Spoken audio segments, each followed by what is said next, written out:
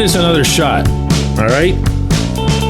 This team is not raising payroll in any significant way. Stop saying it. Stop echoing it. Good morning to you. Good Thursday morning. I'm Dejan Kovacevic of DK Pittsburgh Sports. This is Daily Shot of Pirates, presented by the Northshore Tavern. Comes your way bright and early every weekday if you're into football and or hockey. I also offer daily shots of Steelers and Penguins in the same place that you found this. The headlines have spread. Surprise team set to go on spending spree. Pirates to have unprecedented payroll flexibility. They have no payroll flexibility. They never have payroll flexibility, and they're sure not about to have it the year before all of Major League Baseball comes to a grinding halt in the form of a work stoppage aimed at installing a salary cap system. One would hope that all of these things would be obvious, but the headlines, and I did another search yesterday, don't stop, and they're even local. Like, they've sold locals on this. On social media, there's people going, oh, the Pirates are going to spend. Look at this. What do you think of that? They're going to go get Kyle Schwarber, Josh Naylor, Shohei Ohtani, Aaron Judge, and, I don't know, Cal Raleigh for behind the plate. There is voluminous precedent, not to mention as it relates to the stoppage, common sense, to support that the payroll's not going up. In 2024, and to my knowledge only in 2024, at least as far as actual evidence goes, the Pirates lost money. We reported that exclusively at DK Pittsburgh Sports. Doesn't mean they lose it on a regular basis, as some people have tried to twist it. It doesn't mean that they're crying poor, as others have tried to twist it. It just means that in that particular year, they lost money. We're not guessing at that. We have the evidence. So throw that on the pile as well. Let me tell you what's actually happening here, and feel free to spread the word to the headline writers and to anybody else who brings this up in any forum. This season, the 2025 season, the Pirates ended the year with a major league payroll of $87 million. That's not what it was on opening day. That's not this or that. It's just the amount that was actually spent on major league payroll, $87 million. I've been told it's not going to go dramatically in either direction, up or down. So when the Pirates do spend more than the norm in free agency this winter, and they will, it won't be because Bob Nutting ownership said, here's some more money. It'll be because they've already cut a ton, and I believe on top of that Mitch Keller and his $17 million salary for 2026 will be traded. I'm going to put this in even simpler terms. Right now, according to SpotTrack, the Pirates have a projected payroll, and I'll explain what that means, for 2026 of $62 million. The way they come up with that is they start obviously with signed contracts. They continue on to arbitration projections for guys who are eligible for that. And then they stamp a reasonable price on the players who get minimum, rock bottom. That figure is $62 million. So between the 87 that was spent last year and the 62 for the current projection, you've obviously got a gap of $25 million. Now, trade Mitch, and it goes to 42. That's the space. That's it. Nobody's raising payroll. Nobody's going to be doing anything that's worth getting a pat on the back any more than the payroll assessment from last year or the year before that or the year before that or the year before that. And I can do that into infinity. So if you're going to congratulate the Pirates on anything, don't be a doofus and fall for, oh, look at that. They opened up Bob Nutting's wallet with a crowbar and got him to spend on a couple of hitters. when in fact no such thing will have occurred.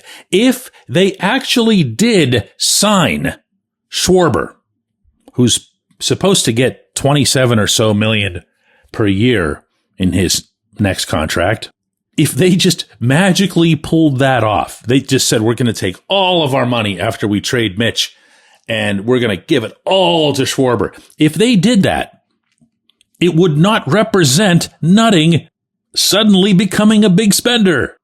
Can everyone see the difference between these two concepts?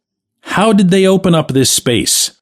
Easy. They traded David Bednar, who was about to make $9 million in arbitration. They traded Brian Hayes, who was making around $8 million, if memory serves.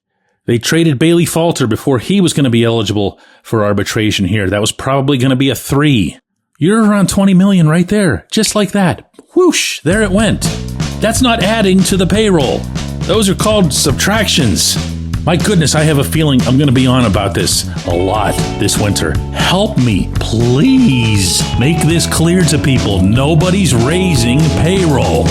When we come back, J1Q. If you're looking for a great dining experience, look no further than Northshore Tavern, located directly across Federal Street from PNC Park, next door to Mike's Beer Bar. Northshore Tavern is Pittsburgh's home for steak on a stone. Enjoy your steak finished on a hot lava stone in front of you, where you ensure each piece is cooked to exactly your liking. Or try their rotating selection of entrees, hot sandwiches, salads, and burgers, all while enjoying the ambiance dedicated to the great players and history of the Pittsburgh Pirates all around you. Come see why everyone's talking about Northshore Tavern and steak on a stone. It's Gun Storage Check Week. Help prevent unwanted access to your firearms. No one wants their unsecured gun to be used in an accident, a suicide, or a crime. Use lockboxes, safes, and locks to secure your firearms. Learn more at gunstoragecheck.org. That's gunstoragecheck.org. Brought to you by NSSF, the Firearm Industry Trade Association.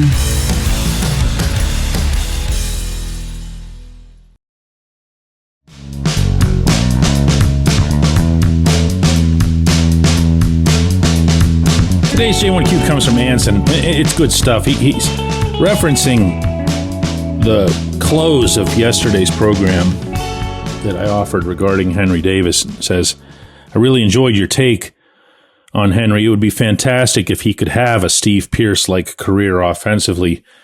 Pearce was a 772 OPS guy for his career. Here's why I have some hope for Henry.